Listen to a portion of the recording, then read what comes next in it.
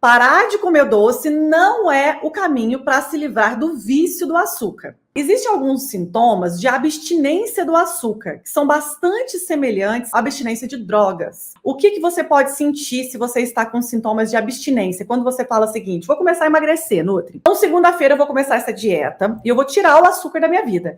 Você tira o pão, tira o macarrão, tira o açúcar, tira o chocolate, tira tudo que você consumia de açúcar. E, de repente, passa ali 2, 3 dias, você começa a se sentir fadigada, cansada, com dores no corpo, com fraqueza muscular, muitas vezes depressiva. Pode ser que em momentos, até mesmo após a refeição, com sudorese, sensação de estar sem força, sabe?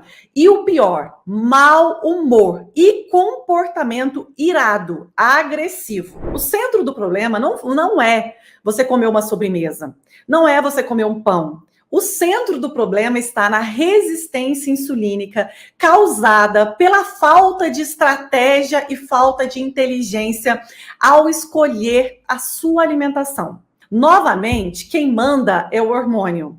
O desequilíbrio na insulina, que é um hormônio produzido lá no nosso pâncreas, e também um aumento do hormônio do estresse, que é o cortisol. Além disso, a deficiência de minerais são as reais causas do seu vício por doce, da sua vontade de comer o tempo todo, da sua compulsão por açúcar.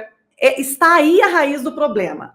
Quando você ingere um alimento que ele se transforma em glicose dentro do seu organismo, então é um tipo de açúcar ou um tipo de carboidrato refinado, ou mesmo um alimento que pode ser salgado, mas tem esse açúcar oculto na composição, esse consumo exagerado é constituído por alimentos que se transformam em glicose dentro do seu corpo e atrapalham ali a questão da tua insulina. Então, quando você ingere um açúcar, um carboidrato ou um açúcar oculto em excesso, você faz com que tenha uma liberação de insulina aumentada pelo seu pâncreas.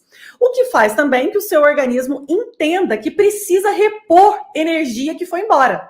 Logo, ele precisará comer mais açúcar e voltará a estimular a insulina sucessivamente, favorecendo a compulsão alimentar e fazendo com que o seu corpo entenda que você precisa de açúcar e carboidrato o dia todo. Sabe aquela sensação que você não consegue viver se você não comer um pão? Sabe a sensação que você não consegue viver se você não comer um doce? Essa sensação, ela é real.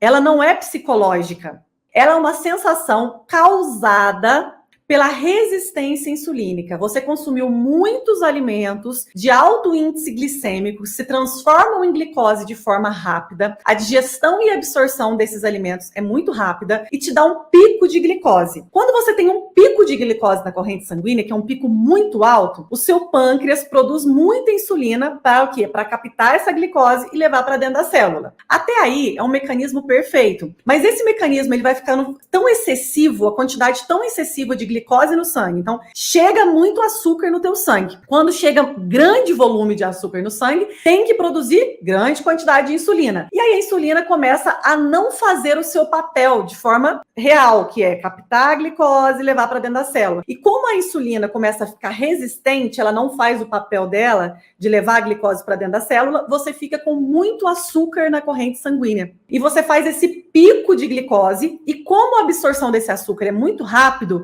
porque ele não foi bem combinado, no mesmo momento que você tem um pico, você tem uma queda muito brusca também. Isso nós chamamos de montanha-russa da glicose.